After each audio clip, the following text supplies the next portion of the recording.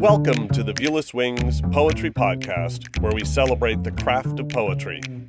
Each week we feature interviews with incredible poets, songwriters, and artists, including Olivia Gatwood, Safia El Hilo, Dana Joya, and many more.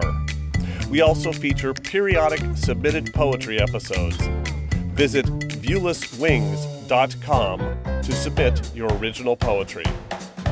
I'm your host, James Moorhead, Poet Laureate of Dublin, California, and author of Canvas, Portraits of Red and Gray, and The Plague Doctor. Hit subscribe and follow me on Instagram or Threads at Viewless Wings. Brennan DeFrisco is a poet, teaching artist, editor, voice actor, and ekphrastic artist from the San Francisco Bay Area. He's been a National Poetry Slam finalist, a Pushcart Prize nominee, Grand Slam champion of the Oakland Poetry Slam, and regional coordinator for California Poets in the Schools, Poetry Out Loud, and the San Francisco Arts Commission. He's the author of A Heart with No Scars, published by Nomadic Press, and has served as a poetry editor on the mastheads of Lunch Ticket, Caesura, and Meow Meow Pow Pow. His work has been published in Red Wheelbarrow, Oracle Fine Arts Review, Drunk in a Midnight Choir, JMWW Journal, Words Dance, and elsewhere. He holds an MFA in creative writing with a focus in poetry from Antioch University, Los Angeles. Brennan, welcome to the Viewless Wings Poetry Podcast.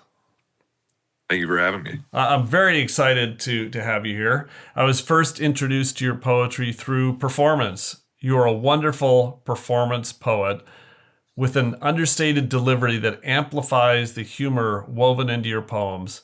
How do you approach preparing a poem to be performed?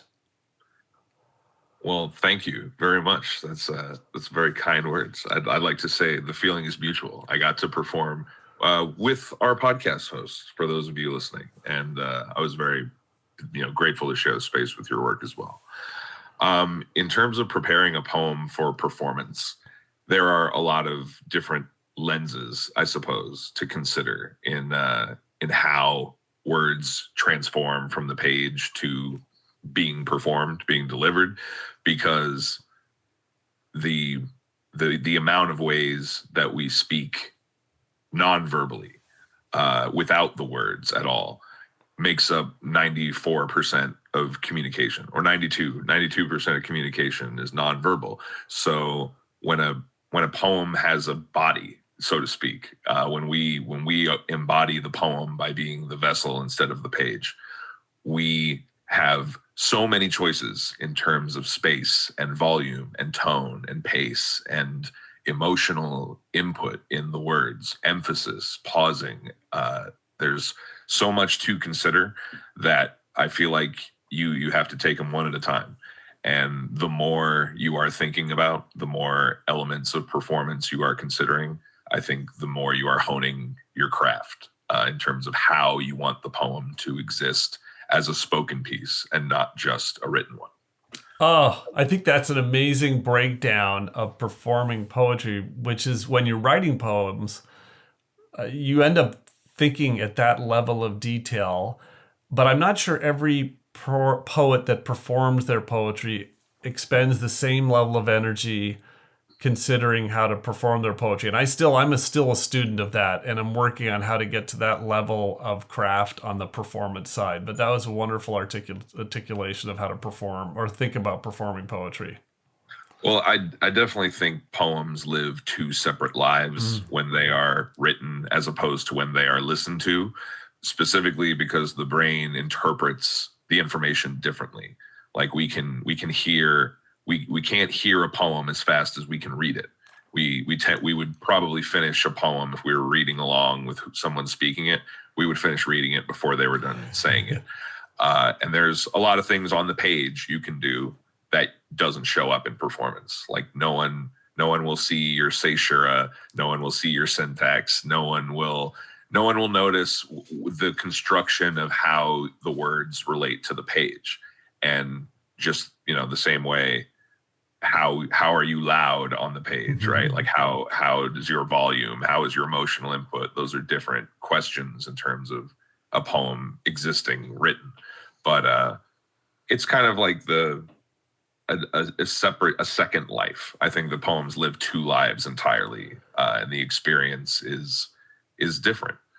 So it's interesting to have the opportunity to hear them spoken by the one who wrote the poem. Absolutely, and we're going to get a chance to hear you do that very thing soon. And it was your point about they live two lives is exactly the point that I made talking to Olivia Gatwood a couple of years ago for the podcast, and how I recommended that you both buy her book and listen to the audiobook that she was recited, because the poems live exactly like you said, two separate lives that complement each other. Yeah, their work's amazing. Well, now that I've seen your poems on the page after hearing them performed, I'm struck by your use of white space, how effectively you pace the poems with visual gaps. The poem Amazing is a particularly effective example, with 2 pages of the poem simply saying empty and space. What is your approach to employing white space as a poetic device, which you started to hint at in your previous answer? There's certainly something to be said for how the typography of a poem relates to the experience of reading it. So if you have shorter lines and they are stacked kind of vertically, you almost can't read them as fast. It slows the reader down. It forces them to consider a little more carefully, a little bit more detail.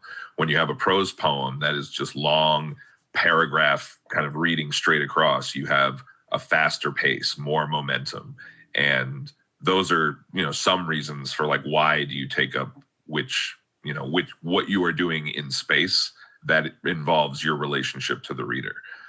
Specifically for points in the work, in the content that relate to space, that relate to space being occupied, taken up, taken away, what space is left, what space is available.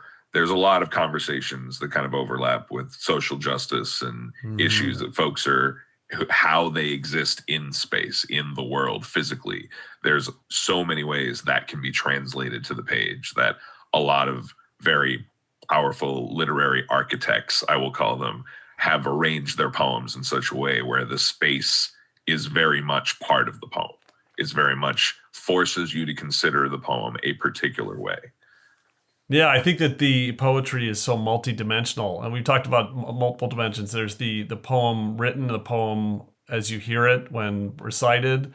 The use of space is a different dimension upon which to play with. Yeah, that's what makes, I think, poetry such a fascinating art form. Well, one of the many things I love about poetry is the ability to elevate and enrich small things and simple starting points. In How to Salt, you begin, pinch, sprinkle, dash, season, flavor, trust shakers at your own risk, gradually building from the simple and benign to praising goddesses for fertility and adding ashes before burial. Talk about how you approach building a poem from a very simple starting point. So this particular poem, I have to show gratitude to Arisa White for being present at their workshop when this prompt was given. Their writing prompt that I was given for this poem was, "Where is the salt?" And that was the entire prompt. Awesome. And very simple prompts that like seem simple, but actually put you in a place where you start considering them. That was where this poem started, that was a very simple beginning, a very simple question. So in simple starting points, I would say that no matter what scale or significance is generally attributed, anywhere the artist puts their lens becomes significant. So what you choose to give that small beginning to, what you choose to explore the detail of, that is kind of through the lens of every individual artist. A shout out I'll give just right out the bat is the lens being given to pigs is something in Sam Sachs's new collection that was just released. I can't say enough good things about their work. So if you haven't yet, go check out Pig by Sam Sachs. Additionally, for the salt poem specifically, a lot of the expected, like the expected verbs of how to salt, I feel like are an easy starting point, where if you've read recipes, this is the language of its use. And then from there, when I started doing a little bit more research into all the applications, which there are many that didn't make it in the poem, but I was stunned in the learning of all of its different applications. So it then becomes, a playground for how can the sounds of these equal, things that salt can be present in, how to make them play with each other, sonically on the page.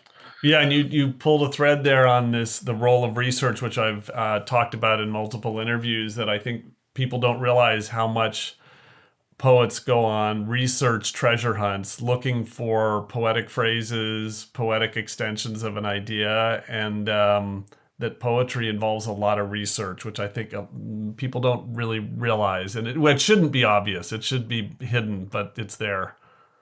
Well, it's one of those things where when you become fascinated by any given thing, if you're going to write a poem about fireflies, chances are you were interested enough in the first place to at least have the idea, to have the thought. Maybe after a few years and a few handful of firefly poems, one day you decide, I want to write a new one, a different one. I want to go deeper than I've gone before. And I think that push for artists, that like they want to consider, I feel like there's a lot of folks who truly have whittled down their considerations into a collection. Like the poetry book that is, its focus is this particular thing that the lens is watching. And I'm sure that in some of these collections there are many more poems on the cutting room floor that the collection became like, this is the meat of the thing that I have been researching, that I've been considering, that I've been deciding to be in conversation with.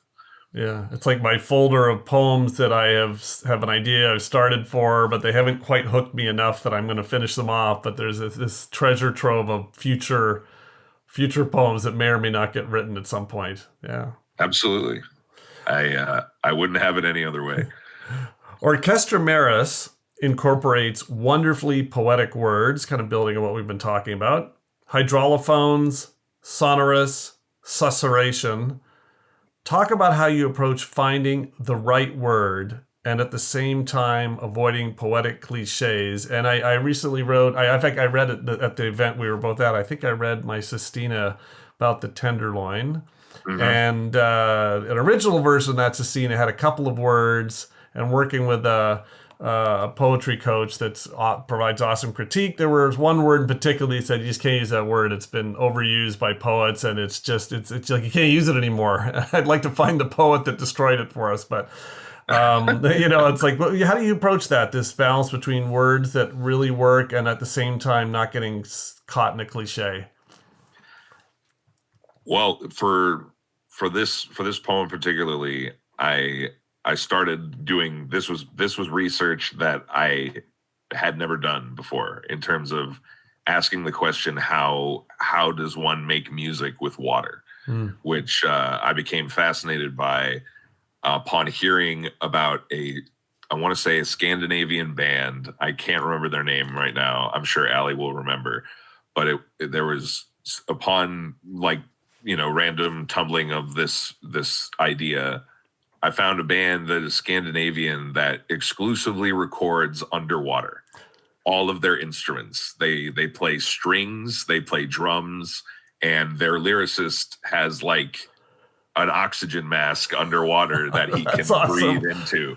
And I was stunned by this is incredible. And they said the recording, the sound is so different. They said when you're recording underwater, which very much reminded me of Death Clock in Metalocalypse, if any Adult Swim fans out there.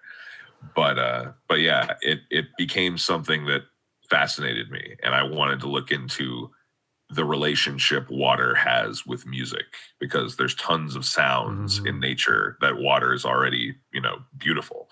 So the idea of looking into how can this be applied, these different devices where water is used, like hydraulophones use them kind of like it's like a water flute or like a water ocarina. And it's a fascinating thing to imagine the music of water. Well, poem titles can be mini poems in themselves. A terrific example is your poem, which you're going to read later. To my superheroine girlfriend from the warehouse on the docks. How do you approach titling your poems, which you're very good at, by the way? Thank you very much. I've been inspired by several other writers and poets where extremely long titles have been a lot of fun. And I've seen some to the point where the title is longer than the actual poem. And I haven't yet to write one, or I've yet to write a short poem that fits that criteria. But I've been a fan of, different titles, playful titles. The idea of the title being the entry point of the poem, not just the kind of this is the name of the chorus, as if you would name a song as such, but the title being an entry point and a space of possibility is, kind of a fun way to orient, and a fun way, one more lens to consider in your poem, that the title is an opportunity of how you would like to start the poem. And in terms of context for the persona piece that poem is, that felt like a very accurate amount of information being given for, where the scene is starting. Well, and, poet Morgan Liphart, who I interviewed a couple of years ago, talked about how that title is so important in a practical way too, that a good title can increase your possibility of being noticed in a submission process. And you think about it, that with a lot of poetry published online, or even in the index of a book or a magazine, or as you're flipping through a magazine, if the title catches you, you're more likely to read. Just like the headline of a news article are crafted by editors separate from the journalist that created the article. It's just so important. I have a fun title game that I've yet to start, but I finished a poem recently, and talking about it with Allie, the title of the new poem is A Bad Poem.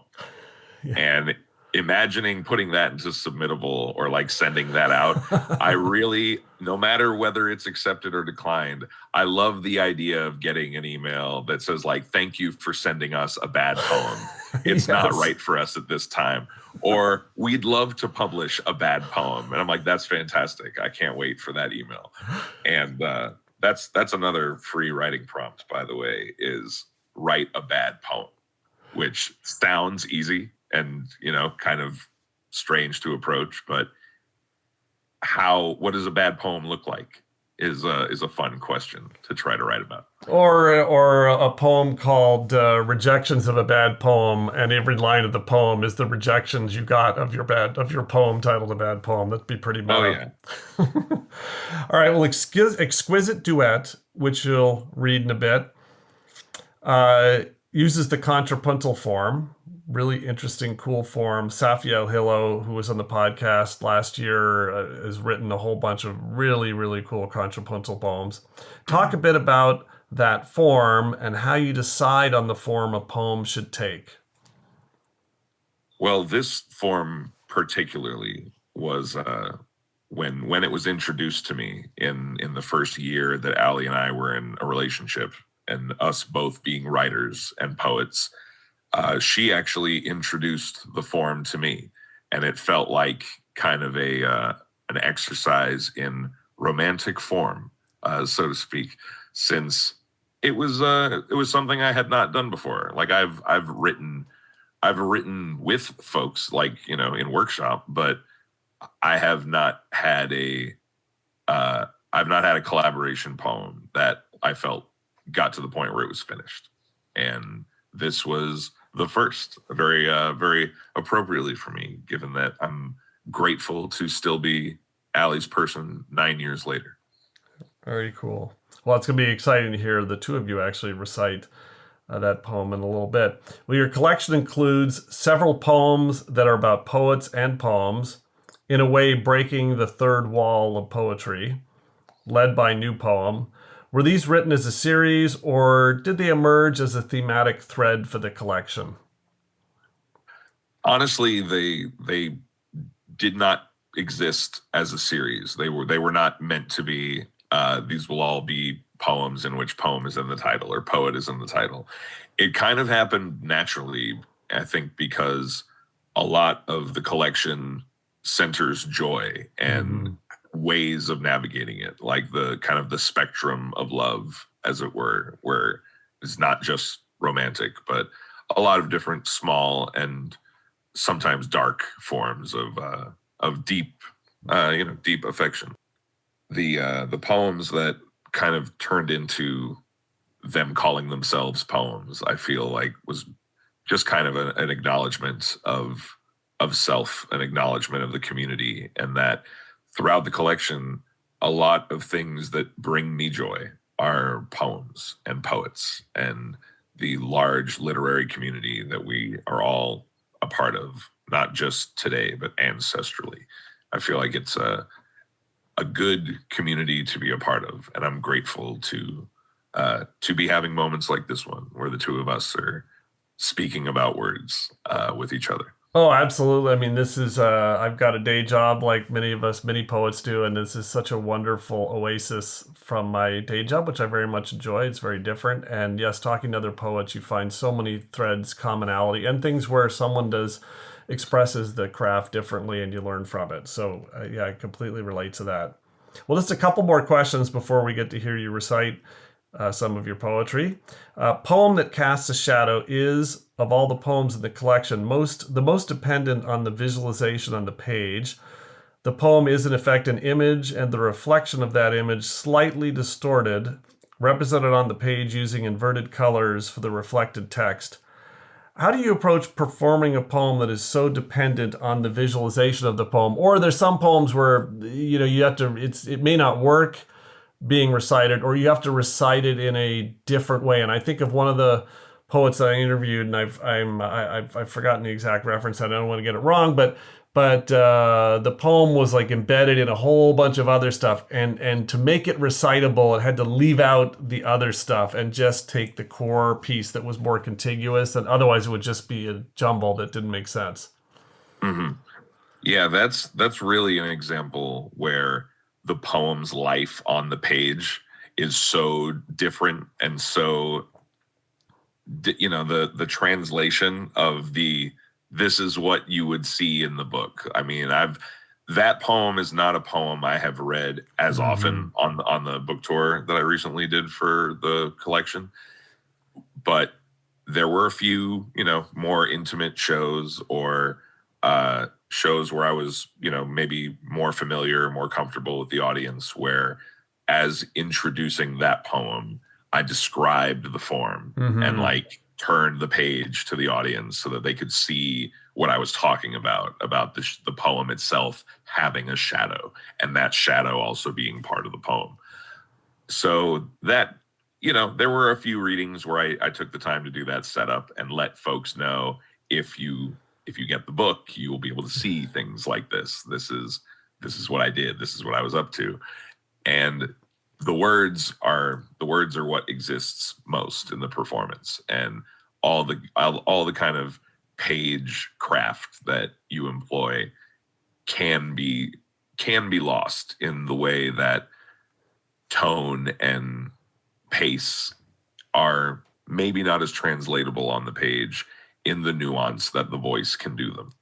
So similarly, I think that poem is one where it shines a little brighter on the page. But when I took the time to explain it, the few folks I read it for seemed to enjoy the idea when they could when they had the setup and they could hear what to expect at the midpoint where the shadow starts. Well, I had a poem that would be kind of a concrete poem where when I do in my role as poet laureate at Dublin, I'll go into high school classrooms and read a poem and get them to say, well, what do you think the visualization of this poem is? And there's no right or wrong answers, and they come back with some pretty wild interpretations visually, and occasionally they'll get something close to the actual visualization. But having someone listen to a poem thinking about how it's visualized puts them in a different frame of mind. So that's pretty cool. Well, before I hand the mic over to you, what advice do you have for MFA students to help them get the most out of an MFA program? There are a lot of helpful and useful things the MFA can provide in terms of exposure and community and reading and all the good stuff. Something to remember, though, is that you should remember to trust your instincts as an artist, that no matter who is looking at your poem and giving it edits, no matter who is workshopping your poem and sharing space with it, providing feedback, both useful and possibly unuseful, it is important for you to remember that your voice as an artist, the intention that you are bringing to the page, matters. And not to allow anything to intimidate the reason you started writing. Mm-hmm. That there's definitely a sense of overwhelm that comes with the understanding of how good writing is out there. Like I probably read the best poetry in the 2 years that I did my MFA. It was very overwhelming in a sense of like, wow, this is writing I'm aspiring to be, or aspiring to hit the level of. And the truth is that you are on the path the same way that everyone you look up to is on the path.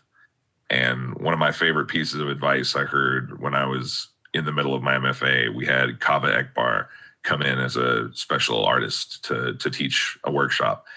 And they said that the idea of being a famous poet is like the idea of being a famous mushroom in a field of mushrooms that are all doing the same thing and all living and all contributing to the giant mushroom field, so that there's not a point at which you will be your best self. Perfection is impossible. It is the best we can do is reach, which is, according to Socratic philosophy, the best we can do is to do our best to be our best selves. And that is the closest we will ever come to perfection. So for those of you in the MFA, keep doing you, keep writing the things that matter to you, and take all the information, all the experience as an additional thing to consider in the lens. I would think achieving perfection would be such a drag as a poet, because that kind of means you're done or it's all downhill from there. And like, that's no fun. I want to feel like there's a harder, better, cooler thing around the corner challenge that I haven't tackled yet. Otherwise, poetry would become mechanical if I achieved perfection. So yes, I think don't be afraid of never achieving perfection, because achieving perfection would suck. There's such a thing as letting go of the piece after it's been edited enough times. At a certain point, it needs to be done. Yeah. And perfectionism is something that I think it was part of my writing journey, to undo the idea that it can be finished and not yet be perfect, which is a good thing to keep in mind. I think the MFA can have that lens of this is not quote unquote good enough, and good enough is dangerous and subjective and not always what it purports itself to be. And now I'm going to turn the mic over to you to read selections from Honeysuckle and Nightshade. Joining along with Brennan for one of the readings is Ali Marini, Brennan's partner. Ali is a cross-genre Southern writer, poet, member of the American Literary Translators Association, and certified tarot reading with the Tarosophy Tarot Association.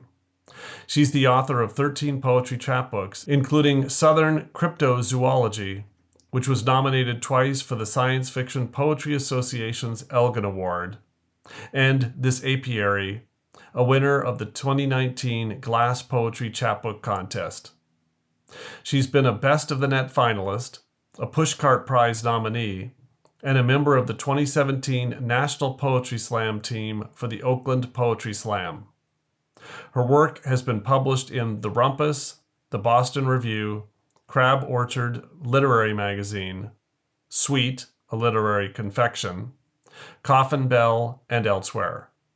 She holds an MFA in creative writing with a dual focus in fiction and poetry, as well as an additional graduate certification in literary translation.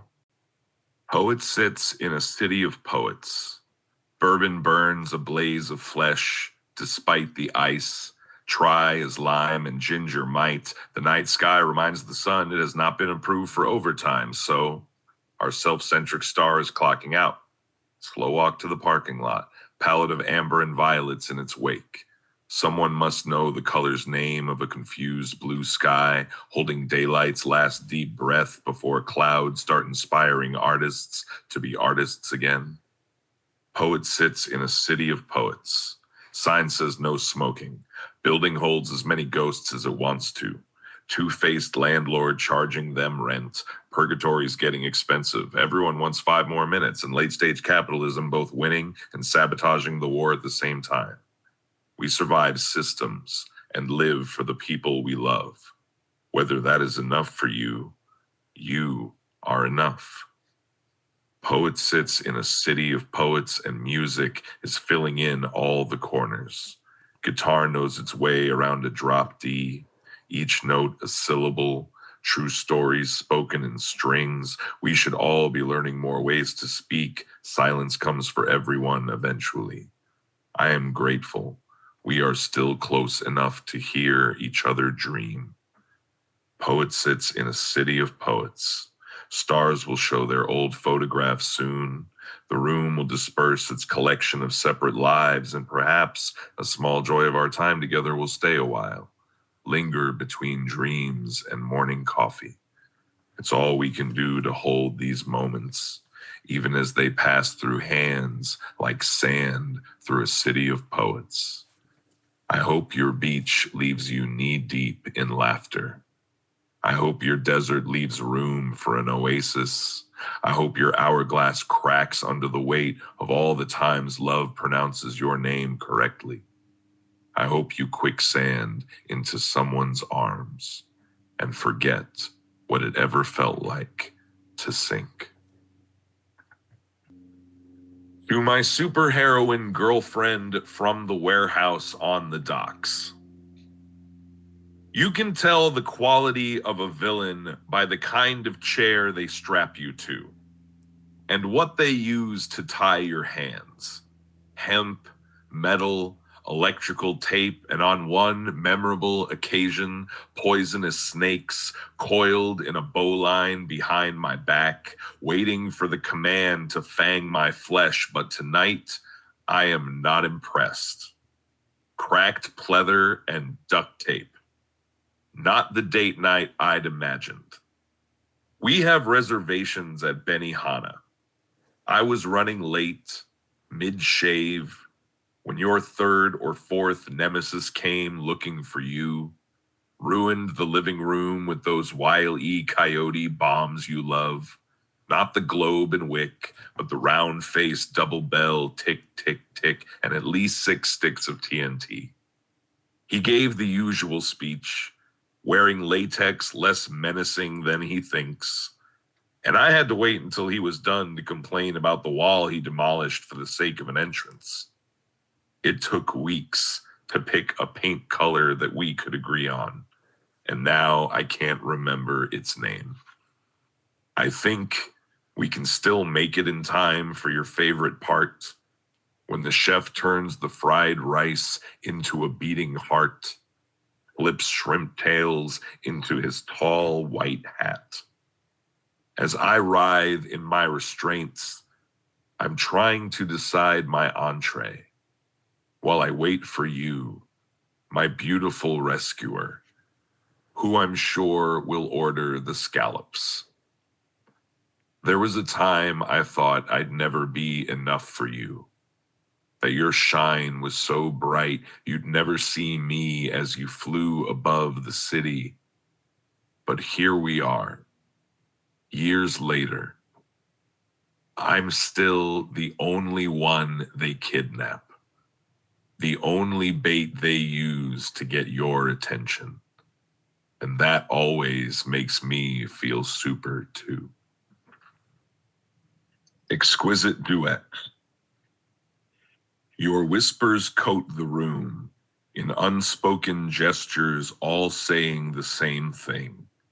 It's your hand on the back of my neck, your breath and mine navigating the space between each other's lips, its tongue and teeth and the way they take turns.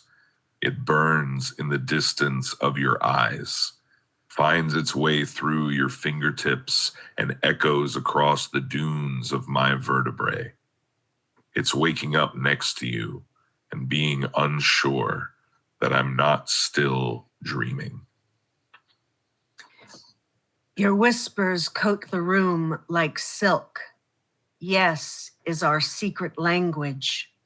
Fingertips and spine, distance shrinking, a galaxy unfolded when we kiss, becoming St. Elmo's fire, a glowing ball of light, thrums like a thunderstorm, and this too can be a religion, how to breathe and how to pray, finding faith under the sheets with you, awake and alive, dreaming. Your whispers coat the room Like silk. In unspoken gestures, all saying Yes. The same thing. Is our secret language. It's your hand on the back of my neck. Fingertips and spine. Your breath and mine navigating. Distance shrinking. The space between each other's lips. A galaxy unfolded. Its tongue and teeth and the way. When we kiss. They take turns. Becoming St. Elmo's fire. It burns in the distance of your eyes. A glowing ball of light. Finds its way through your fingertips. Thrums like a thunderstorm. And echoes across the dunes of my vertebrae. And this too can be a religion. It's waking up next to you and being unsure. How to breathe and how to pray. Finding faith. That I'm not still. Under the sheets with you, awake and alive. Dreaming. That was fabulous. That is a highlight reel moment. And Allie, I've got a question for you.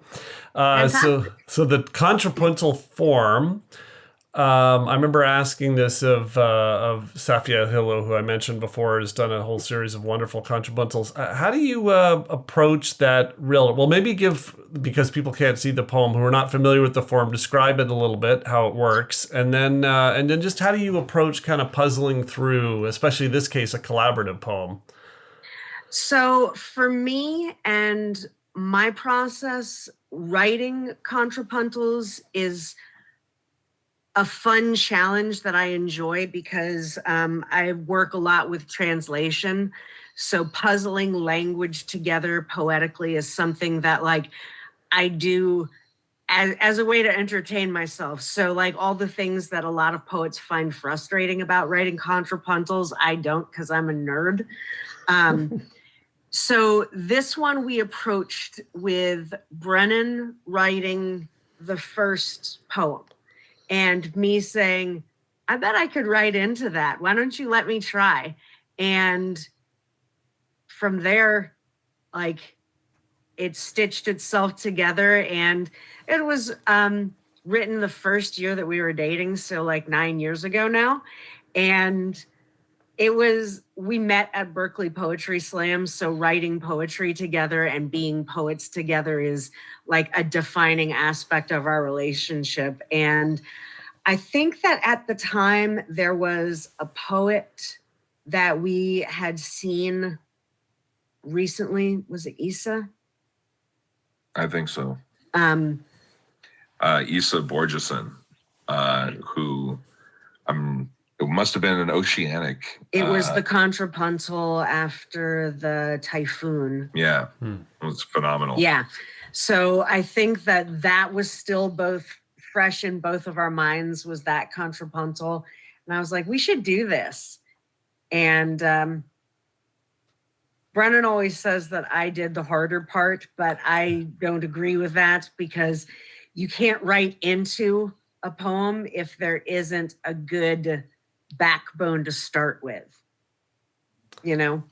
So the poem that he started with lent itself to me being able to write into it in a way that made sense, and created a third poem as well as a second. Well, I think that you provided a very interesting piece of advice, is that you could think of it as writing a poem and then pretend you're someone else writing into it.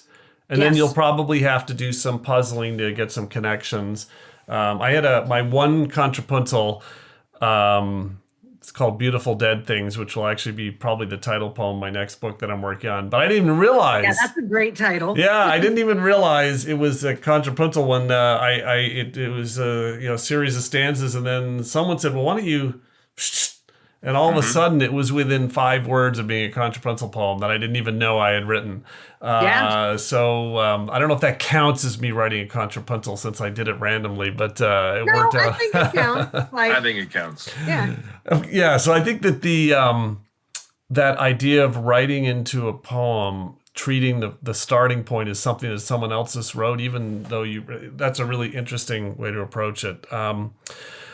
So Brennan, going back to where we started, what advice do you have for poets who are just learning how to recite their poetry in public and are uncomfortable doing so? And I ask that with the assumption that poets that are very good at performing their poetry are unlikely to have been born magically knowing how to recite poetry. And I think an extreme example of that would be Amanda Gorman, where she had to overcome a pretty significant speech impediment just to be able to perform, and was able to do so, which is so I don't think that people are magically born knowing how to recite poetry. Maybe there's some few exceptions, but most of us, it's a journey of embarrassment and discovery. So what was your journey, and what advice do you have pulled out of that? So to be honest, for myself, I am, as Allie calls me, an extrovert, and I am certainly somebody who is comfortable being in front of people. That is something that feels natural to me, because I enjoy talking with people, and I enjoy being in conversations about things I care about, rather than, not caring about it. But more particularly, just to speak to folks who are just starting to perform their work, public speaking is the number one fear of people, more than death. Yeah. The people who stand in front of classrooms 5 days a week and talk in front of a room full of 30 kids, all of your teachers, they are all overcoming a fear of public speaking daily. And even when every classroom I'm in front of, even if I've worked with them before, every audience I've been in front of, even if it's at a home venue or on the road, I always feel nervous when I'm about to go up in front of people. The adrenaline in your body that is fight or flighting you off the stage is telling your lizard brain that there are 20 to 50 apex predators that are all looking at you at the same time. And that is a condition of danger and death. And your body is trying to keep you off stage, get you to the nearest exit, keep you alive. That is a good thing, that your body is trying to be in survival, generally to keep you going. But it's impractical for when you have to stand your ground and stand in front of those apex predators, trying to ignore your biological imperative to flee. So one of the pieces of advice I can give is that remember that you are, depending on where you are comfortable sharing your work, whether it's to your loved ones or your friends first before you go on a stage, wherever you are sharing artistic work, it is likely that you are sharing it with an artistic community. It is likely that everyone in the audience is there to support you, to listen to you, to give you their attention, to enjoy the gift of your work, whatever that work is, whether it's music or art or poetry. So assuming best intentions that the audience is there to love and support you, even if they're not, even if they're total strangers. Like, they are showing up for art, they are showing up for poetry, they're showing up for you, which means already they want you to be there. They want somebody to be on stage sharing their work. So treating an audience like a community, and the more times you spend at a space, the more time you spend with a group of people or a show, you're going to feel more like, you're around your friends, you're around your community, the people who show up, the people who care about being there. So that feeling is somewhat helpful. To help with the biological imperative, I recommend a 4-second breath, both in and out. Mm-hmm. This is something I try to share with as many of my students as possible. A 4-second breath, a 4-second inhale, when you actually count it out and count out the exhale, it deactivates your fight-flight response.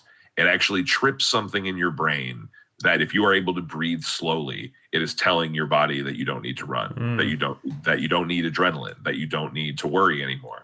So even if you are entering a stressful situation, or if you're having a panic attack, or if you are feeling anxiety, or if you're having a bad day, these are all, the deep 4-second breath is so healing to many different things, not just stage fright. But if you feel that breath, once you do it a few times, you will feel your body naturally start to relax. You will feel your body naturally start to calm down. And it is a weird thing because it's like hot wiring your brain. Yeah. It's like telling your body, I don't need to fight or flight right now. And granted, I'm not a medical expert. This is just a general piece of advice. Deep breathing is good for you. But granted, before I go on stage, I take those really deep breaths to calm myself down, to get into a space of, neutral, a space of calm before whatever the poem calls for, performance-wise, has to come forth. Because however I was feeling before I'm about to go on stage, that needs to reset. That needs to go to neutral before I, engage with whatever emotion the poem is calling for. So also take your time. Make sure the mic is where you need it to be. Don't bend around to try to manipulate. You shouldn't be uncomfortable reading. Take your time. Take a deep breath. Take a step back from the mic and close your eyes, shake out your hands. Do whatever you need to do to feel a little bit more comfortable in the space. And like any rock rolling down a hill, the hardest part is getting started. Once you start speaking, whether you're reading off page or whether you're reciting from memory, once you get going, it immediately gets easier, as long as you just keep with what you have practiced. And also, of course, practicing helps. Read your stuff out loud before you read it out loud for the first time on stage. You will hear the difference. You will notice what needs to change. Absolutely. Well, finally, what are you working on now that you're excited about? Ooh, well, right after we're done talking, I'm going to go to a meeting for the Bigfoot Poetry Festival, which is likely coming next spring, summer, depending on when the date's going to be. It was June this past summer, so I'm going to go be a part of the planning meeting to help that be a part of the community in Portland. Additionally, I'm about to start a bunch of different teaching residencies for teaching K through 12 through various arts organizations, and get to spend some time with some young poets, because getting to hear what they care about and how they want to move the words is always fun for me. And I have an idea for a new show, which you'll be the first person I talk to in any official capacity about it. But we were having a discussion among some of our, poets in our community when we were hanging out the other day. And I had an idea for a show called Page versus Stage, in which we will have kind of a poetry slam format in terms of the performance of a poem. But the trick will be that some of the judges will be given the poem to read. And while the performance is being read, they're going to read the poem as it exists on the page. Other judges are not going to be given the poem written, and they're just going to focus on the performance on stage. And possibly one judge who only gets to hear the poem and doesn't get to see it performed. I'm kind of I'm kind of playing with the format, but the idea is that we want as many different ways that poems exist. We want them to be kind of part of the criteria, that the written poem on the page becomes part of the show. So that's in the works. I'm probably going to get something like that going in the next 3 months to like see how it goes. Oh, I love that idea, and it really leans into the, like we brought up and talked about a couple times, is each poem has two kind of lives, and maybe a third where it's heard but in audio form only, and you don't see the visual element. So that's a wonderful idea. Well, Brennan and Allie, what a wonderful idea, including Allie in this. Thank you for sharing your poetry and your voices on the Viewless Wings Poetry Podcast. Thank you so much for having us. We appreciate you. The Viewless Wings Poetry Podcast is written and produced by James Moorhead. You can follow me on Instagram, Threads, and YouTube at Viewless Wings. Hit subscribe to be notified of every episode of the Viewless Wings Poetry Podcast, and spread the word with your poetry community.